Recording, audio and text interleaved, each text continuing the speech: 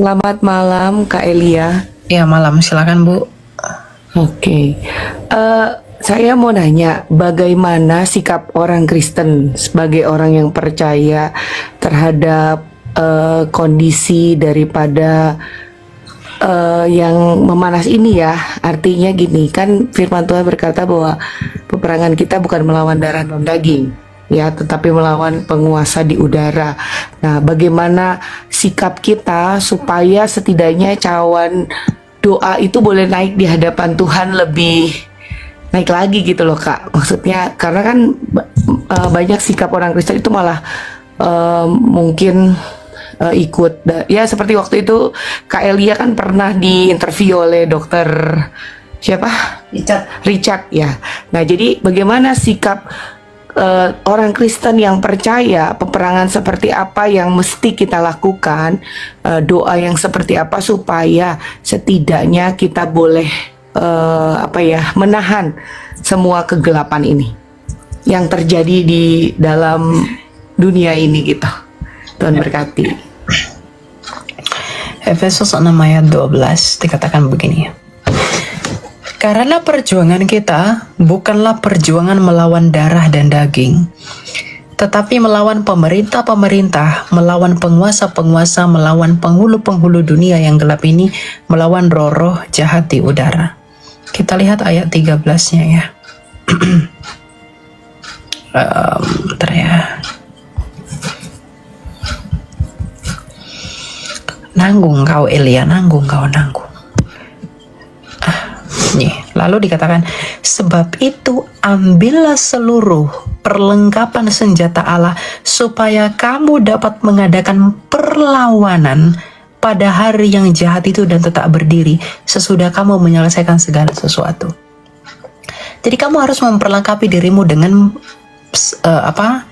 perlengkapan senjata Allah. Dan perlengkapan senjata Allah itu apa? Iman dan doa. Iman itu seperti benih. Karena dalam perumpamaan penabur, Yesus mengatakan benih itu adalah firman Allah. Nah, benih itu, iman itu harus kamu pupuk dan tumbuhkan tiap hari agar imanmu semakin kuat. Yang membuat kamu bertahan di masa penganiayaan antikristus adalah imanmu sendiri. Ketika antikristus menganiaya umat Kristen dan banyak orang martirnya dia tetap di dalam Kristus, itu bisa terjadi karena imannya. Stefanus martir pertama, dia martir Kristus. Apa yang membuat dia rela mati demi Kristus? Imannya. Jadi benih itu, iman itu harus kamu pupuk dan tumbuhkan setiap hari melalui apa? Pendengaran akan firman Tuhan. Ayat Alkitab berkata, iman timbul dari pendengaran firman Tuhan. Jadi untuk menghadapi peperangan dunia ini, baik secara rohani ataupun non-rohani, kamu harus punya iman yang teguh. Kamu harus mempertebal imanmu agar seketika di masa yang akan datang, kamu hidup di mana kamu harus dianiaya, mulutmu tidak menyangkali Kristus, yang dengan demikian kamu tidak binasa. Itu yang pertama. Yang kedua, untuk mempertebal iman itu kamu harus berdoa. Dalam Yakobus 5 ayat 16 dikatakan begini, karena itu hendaklah kamu saling mengaku dosamu dan saling mendoakan supaya kamu sembuh. Doa orang yang benar bila dengan yakin didoakan sangat besar kuasanya. Nah, kalau kamu adalah orang Kristen, kamu itu sudah dibenarkan, kamu sudah dikuduskan di dalam Kristus, kamu diperhitungkan sebagai orang benar, maka kamu harus berdoa kepada Tuhan sebagai tanda kerendahan hatimu dan kerendahan dirimu sebagai hamba di hadapan Allah. Ya, jadi bagaimana doa yang seharusnya yang bisa kita sampaikan kepada Allah agar kita bisa melawani peperangan rohani itu? Yang pertama, merendahkan dirimu. Kamu harus menjadi miskin di hadapan Allah. Kamu memiskinkan dirimu di hadapan Allah dengan mengakui dan menyadari bahwa kita begitu berdosa. Maka dengan begitu kuasa Kristus akan menaungi. Makanya Rasul Paulus berkata apa? Sebab di dalam kelemahanku kuasa Kristus turun menaungiku. Kalau kamu mengaku lemah di dalam doamu kepada Allah, kamu mengaku tak berdaya di hadapan Allah dalam doamu, maka kuasa Tuhan di dalam doamu itu akan turun atasmu untuk bisa melawan penghulu-penghulu di udara. dan yang lain-lain tadi yang disebutkan dalam Efesus 6 ayat 12-13 tadi. Gitu. Ya.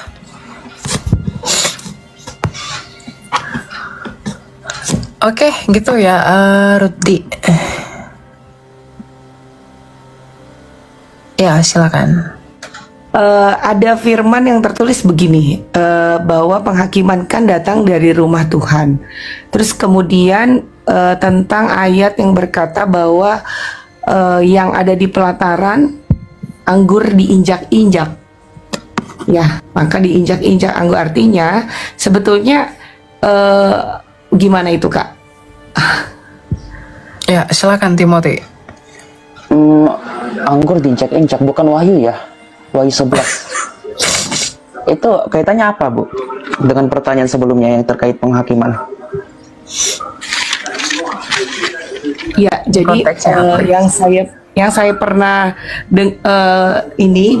maksudnya gini loh, artinya orang-orang yang sebenarnya tidak masuk dalam pendalaman dalam Kristus yang lebih dalam, maka adalah orang-orang Kristen yang di pelataran adalah orang-orang yang ya memang akan, ya kalau tidak salah ya, diperas, yang martir dibilang sama Kak Elia itu. Apakah itu ya, Kak? Ini ya, coba kita baca sama-sama Wahyu 11 ayat 2. Wahyu pasal 11 ayat 2. Tetapi kecualikan pelataran bait suci yang di sebelah luar, janganlah engkau mengukurnya, karena ia telah diberikan kepada bangsa-bangsa lain, dan mereka akan menginjak-injak kota suci 42 bulan lamanya. Itu tentang dua saksi itu ya? Iya. Apa ini, Bu? Maksudnya? Itu nggak ada hubungannya itu. Dua saksi itu kan tentang Elia dan Henok yang akan datang. Iya, anggurnya itu apa? Nggak ada anggur kayaknya di situ. Yang ada kedua kaki zaitun di Wahyu 11 itu. Kayaknya ada ayat satu lagi deh, Kak, kalau nggak salah ya, Kak, tapi nanti coba saya ingat-ingat lagi. Yang makanya akan diberikan kepada untuk diinjak-injak itu apakah bicara soal, artinya bicara soal orang-orang Kristen yang memang tidak masuk kan, ya orang Kristen yang suam, apakah adalah nanti mereka yang akan ya mengalami penganiayaan atau bagaimana? Semua orang Kristen akan mengalami penganiayaan. Jadi ketika antikristus itu datang, jadi nggak ada orang itu akan diangkat dulu baru tidak mengalami penganiayaan. Ketika antikristus itu sudah ada, akan mengalami penganiayaan. Kalau kita hidup di masa antikristus, kita akan dianiaya. Jadi nggak ada orang yang luput dari penganiayaan itu. Buktinya di mana? Kita baca, ya. Jadi jangan menghibur diri dengan ketidakbenaran, ya. Bentar ya.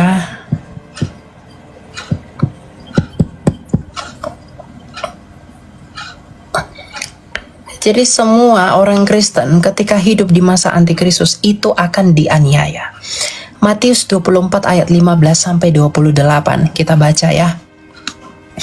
Jadi apabila kamu melihat pembinasa keji berdiri di tempat kudus, menurut firman yang disampaikan oleh Nabi Daniel, para pembaca, ini Daniel 7 ya, dan 9, para pembaca hendaklah memperhatikannya.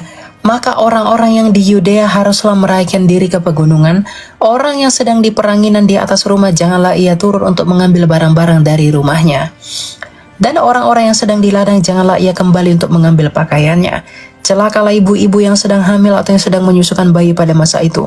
Berdoalah supaya waktu kamu melarikan diri itu jangan jatuh pada musim dingin dan jangan pada hari Sabat. Sebab, ya ini yang paling penting, sebab pada masa itu, masa penganiayaan nanti, akan terjadi siksaan yang dahsyat seperti yang belum pernah terjadi sejak awal dunia sampai sekarang, dan yang tidak akan terjadi lagi. Dan sekiranya waktunya tidak dipersingkat, maka dari segala yang hidup tidak akan ada yang selamat. Akan tetapi oleh karena orang-orang pilihan, waktu itu akan dipersingkat. Jadi waktu itu akan dipersingkat karena orang pilihan. Jadi karena orang pilihan itu dianiaya, maka waktunya penganiayaan itu akan dipersingkat. Jadi jangan katakan bahwa orang pilihan, orang Kristen itu tidak akan dianiaya. Akan dianiaya. Dan oleh karena orang Kristen itulah penganiayaan itu dipersingkat. Itu ucapan Yesus sendiri menurut apa yang dilihat Nabi Daniel. Dan Tuhan Yesus sedang menjabarkan itu. Ya, jadi ketika kita hidup di masa antikristus, kita akan dianiaya. Disitulah iman kita diuji. Apakah kita sungguh-sungguh termasuk pada Kristus atau tidak? Karena siapa yang bertahan sampai kepada kesudahannya, ia akan selamat. Makanya ada sabda Tuhan Yesus berkata, barang siapa yang kehilangan nyawanya oleh karena aku, ia akan memperolehnya. Tapi barang siapa yang mempertahankan nyawanya, ia akan kehilangannya. Itu merujuk kepada hal ini. Jadi jangan katakan nanti saya akan diangkat, saya tidak akan dianiaya. Itu nggak akan pernah terjadi. Ya, makanya mohon maaf sekali lagi saya katakan, saya tidak sepakat dengan peta akhir zaman Philip Mantova. Saya nggak setuju dengan petanya dia itu. Yang begini harus begini, lalu nanti gok magok kerajaan 1000 tahun dulu, iblis dilepaskan lagi. Nah, itu ruwet sekali. Ya, saya menghargai pandangan mereka. Karena orang-orang dispensasi, ya. Tapi saya tidak mengimani itu, ya. Karena ini sabda Tuhan Yesus sendiri bahwa orang pilihan itu akan dianiaya. Makanya kita disuruh dan ditegur Tuhan Yesus untuk bersiap sedia dan berjaga-jaga, gitu loh. Makanya ada tentang 5 gadis bijaksana, 5 gadis bodoh, agar kita menjadi gadis bijaksana, agar kita mempersiapkan diri ketika dia datang. Jangan seperti gadis bodoh, kita tidak menyambut dia dan tidak bersiap-siap menyambut dia ketika dia datang sebagai raja. Ya. Jadi orang Kristen itu ketika hidup di masa antikristus akan tetap dianiaya, dan disitulah kita diuji. Makanya ada ayat Alkitab berkata, barang siapa yang bertahan sampai pada kesudahannya, ia akan mendapat. Tapi barang siapa yang tidak bertahan, ia akan binasa. Gitu. Ya.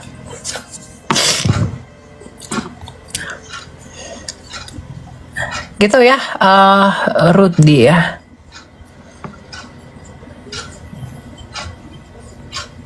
Boleh dibuka mikrofonnya, Bu?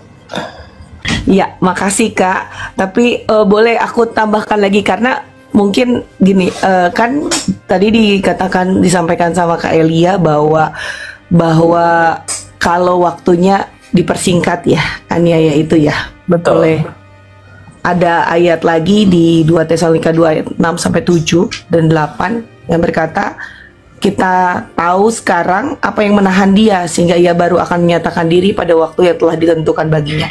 Karena secara rahasia kedurhakaan telah mulai bekerja, tetapi sekarang masih ada yang menahan. Kalau yang menahan itu telah disingkirkan, pada waktu itulah si pendurhaka baru akan menyatakan dirinya, dan Tuhan Yesus akan membunuh dengan nafas. Maksudnya kalau mungkin kita nggak apa-apa ya, beda, tapi satu hal mungkin iman kita ini kepada Kristusnya, dalam arti gini, kalau saya secara pribadi justru kitalah anak-anak Tuhan yang setidaknya menahan untuk kesesakan itu muncul, menahan para pendurhaka itu, karena memang masih ada Roh Kudus dan masih ada yang berdoa dan menahan supaya yang menahan dia itu bukan kita, Bu. Kasih karunia yang menahan dia itu. Karena masih ada Roh Kudus kan. Jadi artinya Roh Kudus bekerja dalam setiap hati orang untuk berdoa di zaman ini, untuk menahan setiap kesesakan yang terjadi gitulah. Maka dari itu kenapa kita orang Kristen harus mengenakan selengkap senjata Allah untuk sekarang kan dia belum menyatakan diri, tapi dia belum menyatakan diri karena masih ada yang menahan, adalah satu Roh Kudus, satu orang-orang percaya yang memang sungguh-sungguh minta supaya itu ditahan, supaya si pendurhaka itu belum muncul gitu sih Kak. Kalau ini pendapat saya sih, Kak Elia. Thank you. Ya, enggak masalah dengan pendapat Anda, tetapi Jangan itu seperti kesannya itu kita mengandalkan perbuatan kita untuk menahan kuasa itu. Yang menahan kuasa itu bukan kita, tapi kasih karunia Allah, kedaulatannya. Kita nggak punya. Jadi jangan katakan kita yang menahan dia. Enggak, kita nggak punya kuasa menahan dia. Yang menahan dia itu adalah kasih karunia Allah. Jadi Allah itu, makanya saya katakan begini, kasih karunia Allah itu masih dibuka sekarang karena sang antikristus. Jadi ada antichrist dan ada the antichrist. Sang antikristus satu tokoh dalam 2 Tesalonika 2 ayat 3-4 yang akan berdiri di bait Allah. Itu belum menyatakan dirinya. Nah, selama dia belum menyatakan dirinya, kasih karunia masih dibuka. Masih tersedia bagi kita. Dan itu masih ditahan sampai sekarang. Nah, jadi siapa yang menahannya? Itu kasih karunia Allah. Jadi bukan kita yang menahan itu. Makanya ketika itu masih ditahan, maka kita harus datang. Karena kalau itu nggak ditahan, nggak ada yang bertahan. Makanya Tuhan Yesus berkata, kalau Tuhan tidak mempersingkat waktunya, tidak akan ada yang tersisa. Semua akan binasa, kata Tuhan Yesus. Ketika penganiayaan itu datang, artinya ketika tahanan itu sudah dilepas oleh Allah, ketika Allah tidak lagi menahannya, maka nggak akan ada lagi yang hidup dari segala yang hidup, kata Tuhan Yesus. Jadi kita nggak punya kuasa menahan dia. Ya, yang menahan dia itu kuasa Allah, kasih karunia Allah. Ya, jadi kalau dikatakan kita yang menahan, kita nggak bisa menahan dia. Kasih karunia Allah yang menahan dia. Makanya dia belum datang sekarang. Makanya selama dia masih ditahan oleh Allah, kita harus bersungguh-sungguh kepada Allah. Karena seandainya tahanan itu dilepas, sesuai dengan sabda Tuhan Yesus, tidak akan ada yang bertahan. Semuanya akan binasa dari segala sesuatu yang hidup. Itu kata Tuhan. Gitu. Jadi saya menegaskan ini agar kita jangan pernah merasa bahwa kita turut andil di dalam karya ilahi. Enggak. Semua terjadi menurut waktunya dia. Dan kita tidak ada peran di situ. Kita hanya mengikuti kasih karunia untuk keselamatan kita dan syukur kita kepada Allah. Gitu. Ya. Karena kuasa itu lebih besar dari kuasa kita. Gitu ya, Bu Rudi. Oke. Iya, silakan brother. Iya, ada banyak hal yang sudah saya dengarkan tadi perbincangan, apalagi dengan teman-teman muslim. Jadi saya mempunyai suatu kesimpulan bahwa dengan cara apapun dan dengan cara bagaimanapun kita menjelaskan tentang Kristus yang kita sembah, kita tidak dapat meyakinkan mereka dan mereka tidak akan bisa menjadi percaya karena mereka tidak ada Roh Kudus, kecuali mereka rindu untuk belajar dan mengenal Yesus secara pribadi. Mata mereka akan dibukakan, itu yang pertama. Dan yang kedua, saya sangat menyesal bahwa di zaman ini ada begitu banyak hamba-hamba Tuhan yang latah dalam menyampaikan firman dengan menggunakan istilah-istilah yang misunderstanding. Seperti salah satu contoh, ada seorang hamba Tuhan yang mengatakan dalam khotbah bahwa banyak berdoa, banyak berkat. Sedikit berdoa, sedikit berkat. Saya rasa ini menghilangkan esensi yang sebenarnya daripada doa itu sendiri. Oke, terima kasih tanggapannya Bang Elia. Iya. Sebenarnya begini bro, bukan masalah orang itu ada Roh Kudus atau tidak ada Roh Kudus maka mereka bisa percaya atau enggak, bukan masalah itu. Roh Kudus itu mendatangi semua jiwa melalui orang-orang yang dia pilih. Ya. Oke. Roh Kudus itu menjangkau semua jiwa. Jadi, misalnya nih saya berkhotbah, saya mengajak kamu untuk percaya Yesus. Itu Roh Kudus sedang menggunakan saya untuk menarik kamu kepada Kristus. Tapi masalahnya, kamu tidak percaya Kristus bukan karena Roh Kudus nggak mau sama kamu. Satu hal yang membuat orang tidak mau percaya kepada Yesus itu apa? Mereka tidak mau merendahkan dirinya. Makanya dikatakan dalam Matius 5, berbahagialah mereka yang miskin di hadapan Allah. Miskin di hadapan Allah itu artinya apa, brother? Tadi saya belajar dari Abuna, dia mengajarkan kita apa? Miskin di hadapan Allah itu artinya adalah kita itu mengaku bahwa kita itu sudah rusak secara total keadaan rohani kita. Dan kita nggak mampu datang kepada Allah kalau bukan oleh karena kasih karunia Allah saja. Nggak semua orang bisa menyadari itu. Karena kalau dia menyadari itu, dia pasti mencari Kristus yang menjadi obat dari itu semua. Oke. Jadi ketika saya mengabarkan Injil, kamu harus datang kepada Kristus, karena Kristus yang membenarkan kamu, karena Kristus yang menguduskan kamu. Tapi kamu dengan sombong menolak itu. Di dalam Lukas 20, batu itu akan menghancurkan mereka, menggulingkan mereka. Artinya apa? Ketidakpercayaanmu kepada Kristus itu akan menghancurkanmu. Bukan oleh karena Kristus yang menghancurkanmu, tapi kesombonganmu yang menjatuhkan kamu.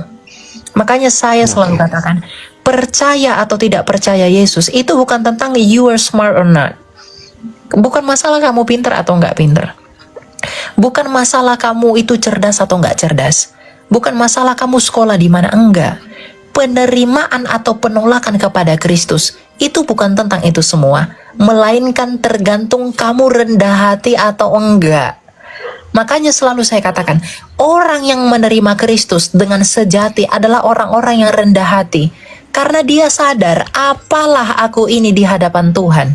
Aku nggak mampu berbuat apa-apa, maka aku butuh tangan Tuhan untuk membawa aku kepada kekudusannya melalui caranya yang kudus itu. Kalau kita mau dibawa kepada kekudusan, maka kita harus percaya kepada Dia yang kudus, yang membawa kita kepada yang kudus. Bagaimana mungkin kita akan dikuduskan, tapi yang kita percaya adalah yang cemar, yang mengawini anak-anak, yang membunuh orang, yang memenggal kepala orang, yang memerangi orang percaya, yang tidak bermoral. Oke. Adakah pengudusan dari orang-orang seperti itu? Makanya saya selalu katakan, kalau orang berkata dia tidak percaya Yesus karena dia tidak ada Roh Kudus, bukan begitu. Kasih karunia Allah itu ditumpahkan bagi semua orang. Tuhan itu menginjili semua orang. Dia mengajak semua karena ayat Alkitab berkata, Timothy, di mana tertulis karena Allah mengkehendaki semua orang diselamatkan. Please ya, 2 Timotius kalau nggak salah. Nah, Allah mengkehendaki semua orang diselamatkan. Allah itu memanggil semua orang kepada Kristus, brother. Tapi panggilan itu kamu terima atau tidak, itu tergantung kamu rendah hati atau tidak. Jadi mereka yang kamu sebutkan tadi, mereka tidak mau percaya karena mereka tidak merendahkan dirinya. Padahal mereka dipanggil. Sama seperti aku posting iklan tentang tiket konser agar datang ke konser itu. Tapi masalah yang bisa datang ke situ adalah mereka yang mau membeli, yang mau berkorban, membayar harga, keluarin duit demi tiket itu. Kalau mereka tidak mau bayar harga, ya mereka nggak dapat tiket dan nggak bisa masuk. Jadi kalau kamu tidak mau merendahkan dirimu sebagai harga yang harus kamu bayar untuk menerima rahmat keselamatan itu, maka kamu akan binasa dalam dosamu. Makanya Tuhan Yesus berkata dalam Yohanes 8 ayat 24, jikalau kamu tidak percaya bahwa akulah Dia, kamu akan mati dalam dosamu. Akulah Dia itu tidak hanya merujuk kepada iman yang harus dituntun dan dituntut kepada Dia sebagai Kristus sentra, tetapi kepada dirinya sendiri sebagai Sang Injil yang menguduskan itu. Nah, orang-orang yang menolak Kristus itu tadi, yang tidak paham itu, adalah orang-orang yang tidak mau merendahkan dirinya. Karena jikalau mereka merendahkan dirinya, mereka akan mau menerima dan percaya. Itu saja. Makanya inti dari pertobatan itu apa? Mengaku dulu, menyadari dulu. Jangan denial bahwa kita ini orang jahat, kita ini orang kotor, kita ini orang berdosa. Jangan denial. Karena selama kamu denial, kamu nggak bisa menemukan pintu kebenaran itu. Tapi kalau kamu mengaku, kamu menyadari kita ini orang berdosa, maka kasih karunia Tuhan akan datang kepada kamu. Karena orang yang mengaku dan menyadari bahwa dia orang berdosa, itu adalah orang-orang yang miskin di hadapan Allah. Makanya Tuhan Yesus berkata, berbahagialah mereka yang miskin di hadapan Allah. Jadi nggak perlu heran, karena memang harus ada yang seperti itu. Gitu. Yang kedua Bang Ilya, Ya, silakan. ya itu tadi ada banyak hamba Tuhan yang latah dalam menyampaikan firman dengan menggunakan istilah-istilah yang misunderstanding seperti banyak berdoa, banyak berkat, sedikit berdoa, sedikit berkat, dan ada istilah-istilah semacam itu yang membuat jemaat untuk salah dalam memahami sesuatu, begitu Bang. Ya, silakan Timothy. Kalau kamu menyindir hamba-hamba Tuhan yang menggunakan bahasa yang sulit dimengerti, lalu bagaimana dengan Tuhan Yesus Kristus yang menggunakan perumpamaan-perumpamaan yang sulit dimengerti? Sampai para rasul bertanya kepada Tuhan Yesus Kristus, tolong jelaskan perumpamaan itu. Dan Tuhan Yesus Kristus mengatakan apa? Engkau sudah lama bersama dengan aku, masa engkau tidak mengerti? Sampai Tuhan Yesus Kristus menjelaskan apa perumpamaan yang dia jelaskan kepada orang-orang yang bersama dan para rasul. Nah, jadi para hamba Tuhan pun dalam gaya bahasa mereka itu dipimpin dengan kuasa Tuhan sendiri. Saya yakin seperti itu. Karena dalam Matius 18 ayat 20, sebab di mana ada 3 orang berkumpul dalam namaku, di situ aku di tengah mereka. Dan para hamba Tuhan pun dipakai menjadi alat Tuhan. Kalau mereka menggunakan gaya bahasa mereka yang sulit dimengerti, Anda perlunya bertanya. Saya sendiri pun kalau tidak mengerti, saya tanya terhadap pemimpin umat saya. Ya, saya pemimpin umat saya tanya apa yang dijelaskan sebelumnya. Karena apa? Kuasa Roh Kudus itu mendidik kita untuk belajar, bukan mengeluh. Kalau seandainya kita mendapatkan suatu hikmat dan pengetahuan yang diberikan oleh hamba Tuhan, kita mengeluh karena kita tidak mengerti, berarti kita tumbuh bukan seperti seorang yang dewasa dalam Kristus. Mereka seperti kanak-kanak. Tuhan Yesus Kristus itu cinta terhadap anak-anak, tapi bukan kanak-kanak. Orang yang memiliki mental kanak-kanak itu adalah mereka yang mudah menyerah. Jadi jangan seperti itu, Mas. Seperti yang Mas katakan tadi itu, ada yang mengatakan, ada hamba Tuhan yang berkata seperti ini. Banyak berdoa, banyak berkat. Sedikit berdoa, sedikit berkat. Pada dasarnya ini memacu kita untuk terus taat kepada Allah. Untuk kita selalu terhubung dengan Allah. Kan bisa diumpamakan seperti itu juga. Kalaupun salah, kita bisa konsultasi lagi dan bertanya lagi. Atau minta pimpinan kuasa Roh Kudus untuk bisa memahami apa yang dimaksud. Ya, seperti itu pendapat saya. Ya, jadi itu apa ya? Tergantung cara memahami dan sudut pandangnya ya. Gitu. Karena kalau orang yang itu tadi, karena kalau orang yang rendah hati dia akan merenungkan itu. Dan itu saya sepakat dengan itu. Karena gini, Bro. Orang yang banyak berdoa itu banyak berkat. Orang yang sedikit berdoa itu sedikit berkat. Artinya apa? Itu bukan tentang yang kelihatan, tapi tentang kesadaran kamu. Orang yang banyak berdoa adalah orang yang sadar bahwa apapun kondisi hidupnya dia tetap diberkati. Nah, orang yang sedikit berdoa dia akan selalu mengeluh dan dia hanya memandang berkat itu berkat-berkat materi. Maka dia tidak menyadari penyertaan Tuhan. Makanya dia sedikit berdoa. Jadi itu nggak salah, tapi tergantung gimana kita memahaminya. Ya, sakit penyakit dan lain sebagainya. Sakit penyakit penderitaan kadangkala itu juga bisa dipandang sebagai berkat. Kenapa? Karena kadang kalau misalnya Tuhan buat kita sakit, itu menuntun kita untuk semakin dekat dengan Tuhan. Artinya dengan cara itulah Tuhan mengingatkan kita agar kita sampai kepada Dia, dan itu berkat. Makanya tidak ada alasan untuk nggak bersyukur. Makanya dikatakan mengucap syukurlah dalam segala hal. Jadi Gini Bang Ilya, maksud saya gini. Melihat. Saya takut orang-orang bakal mempunyai pemahaman bahwa doa hanya dipakai untuk mendapatkan sebuah berkat. Jadi sebenarnya tanpa berdoa pun kita mempunyai berkat yang terbesar dalam kehidupan orang percaya, yaitu mengenal Kristus. Yang saya tegaskan bahwa bagaimana pemahaman kita tentang doa itu sebenarnya yang adalah nafas hidup orang yang percaya. Kalau kita mempunyai pemahaman banyak berdoa, banyak berkat, sedikit berdoa, sedikit berkat, maka orang akan mempunyai motivasi yang berbeda dalam pandangan doa itu sendiri. Jadi mereka akan berdoa karena mereka menginginkan berkat tertentu. Yang saya takutkan akan ada orang yang mempunyai pemahaman seperti itu ketika mereka tidak menjelaskan apa yang menjadi maksud dan tujuan mereka seperti itu, Bang Ilya. Ya, memang itu perlu dijelaskan ya, karena berkat terbesar itu adalah keselamatan, dan doa kita itu adalah komunikasi kita kepada Allah untuk mensyukuri keselamatan yang sudah kita peroleh itu. Ya, tetapi berkat-berkat yang lain itu apa? Berkat-berkat yang lain itu kesadaran kita selamatnya itu bagaimana. Nah, orang yang banyak berdoa itu semakin diberkati karena mereka akan semakin sadar dan semakin bersyukur. Karena dalam doa itu ada syukur. Orang yang banyak berdoa adalah orang yang banyak bersyukur, dan itu dicintai Tuhan. Nah, jadi kalau dia semakin banyak berdoa, dia pasti akan semakin merasa diberkati. Kenapa? Karena dia senantiasa bersyukur. Nah, kalau orang sedikit berdoa, dia tidak mau intens dengan Allah dalam komunikasinya, dia akan sedikit bersyukur dan akan sedikit merasa bersyukur. Gitu loh.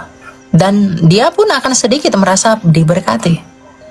Karena dia nggak menyadari, nggak realis bagaimana penyertaan Tuhan dalam hidupnya. Jadi statement itu nggak salah. Gitu.